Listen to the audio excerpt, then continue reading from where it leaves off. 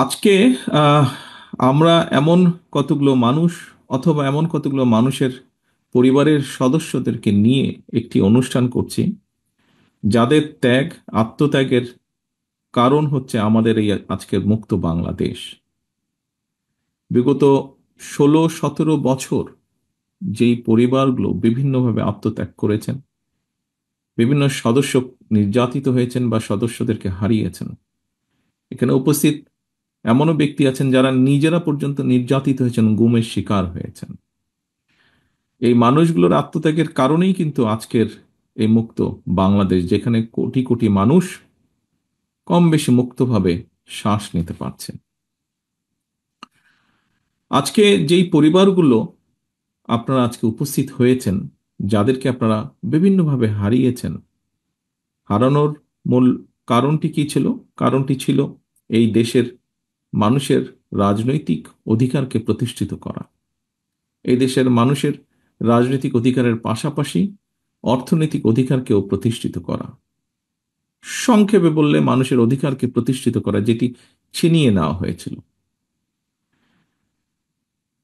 আজকে আহ, এখানে যারা উপস্থিত আছেন, যারা নিজেরা ভিকটিম, আমি একজনকে সরাসরি এখান থেকে দেখতে পাচ্ছি, ভিকটিম খোকন মঞ্চে বসে আছে। খোকনের মতন আরো অনেকেই সামনে উপস্থিত আছেন হয়তো, একই সাথে এরকম পরিবারগুলো উপস্থিত আছেন। আহ একটি কথা আমি আমার পক্ষ থেকে কখনো বলিনি, আজকে এখানে আমি কথাটি উপস্থাপন করতে চাচ্ছি। যারা এখানে গুমের শিকার হয়েছিলেন, ব্যক্তি বা পরিবারের সদস্য যারা আছেন, আহ, আপনাদের সাথে সবসময় আমি একত্ব প্রকাশ করি, কারণ আমি কিন্তু আপনাদেরই, আমি এবং আমার ভাই, যে ছোট ভাইটিকে আমি হারিয়েছি, আমরা উভয় ভাই কিন্তু আপনাদেরই অংশ, যারা গুম হয়েছেন, গুমের নির্যাতিত হয়েছেন, গুমের শিকার হয়েছেন। কিছুদিন আগে আমি হুম্মম কাদেরের সাথে কথা বলছিলাম, ও এসেছিল আমার সাথে একটি বিষয় আলাপ করার জন্য।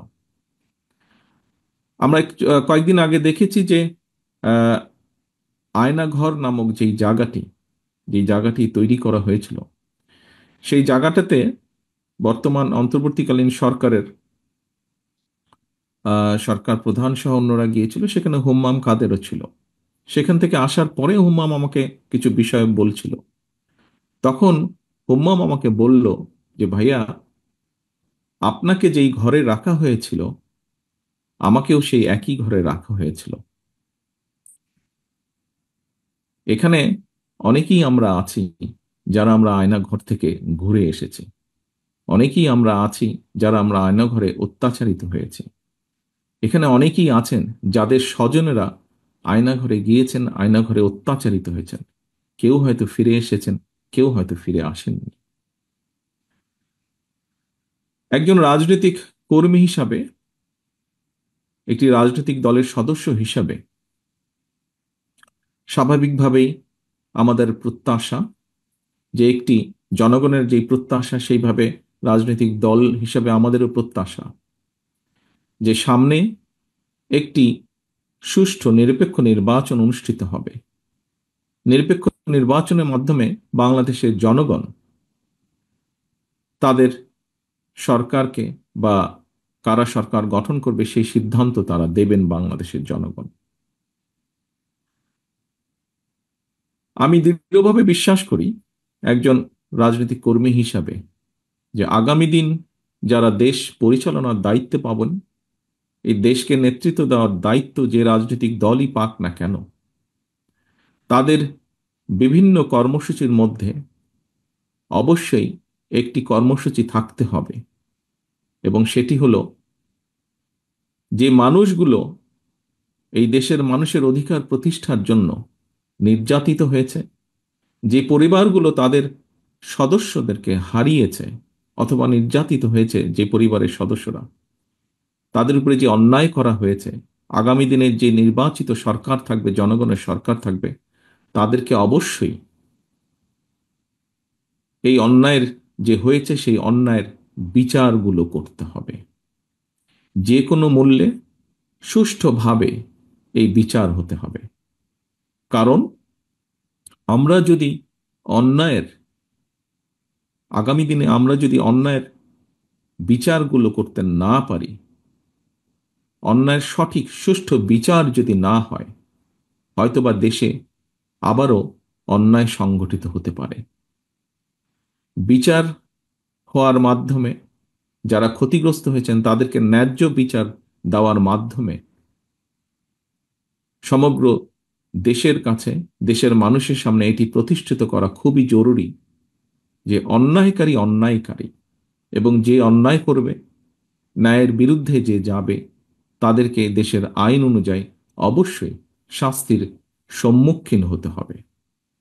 আমার আমাদের দলের অবস্থান থেকে আমরা পরিষ্কারভাবে এটি বলতে পারি যে বিএনপি বাংলাদেশ জাতীয়তাবাদী দল, তাকে যদি বাংলাদেশের মানুষ আগামী দিনে সুযোগ দেয় দেশ পরিচালনার, তাহলে অবশ্যই বিএনপির যেরকম রাজনৈতিক কর্মসূচিগুলো আছে, সেই কর্মসূচিগুলোর পাশাপাশি অবশ্যই আমাদের সর্বোচ্চ চেষ্টা থাকবে যে বিগত স্বৈরাচার বিরোধী আন্দোলনে যারা ক্ষতিগ্রস্ত হয়েছেন, বিভিন্নভাবে নির্যাতিত হয়েছেন, একই সাথে জুলাই আগস্ট মাসে যারা ক্ষতিগ্রস্ত হয়েছেন, নির্যাতিত হয়েছেন, যারা শহীদ হয়েছেন, সেই বিভিন্নভাবে যাদেরকে হত্যা করা হয়েছে, সেই হত্যাগুলোরও বিচার অবশ্যই ইনশাল্লাহ আমরা করব।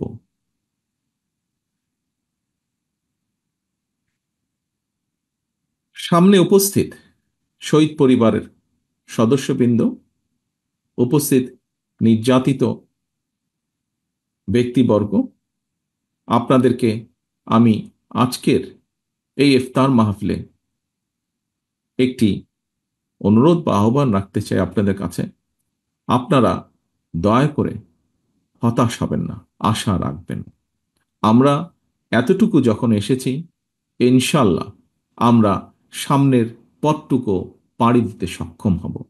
আমরা যদি সকলে ঐক্যবদ্ধ থাকি, আমরা যদি সকলে অন্যায়ের বিরুদ্ধে সোচ্চার থাকি, অবশ্যই আমরা সক্ষম হব এই অন্যায়ের বিচার করতে।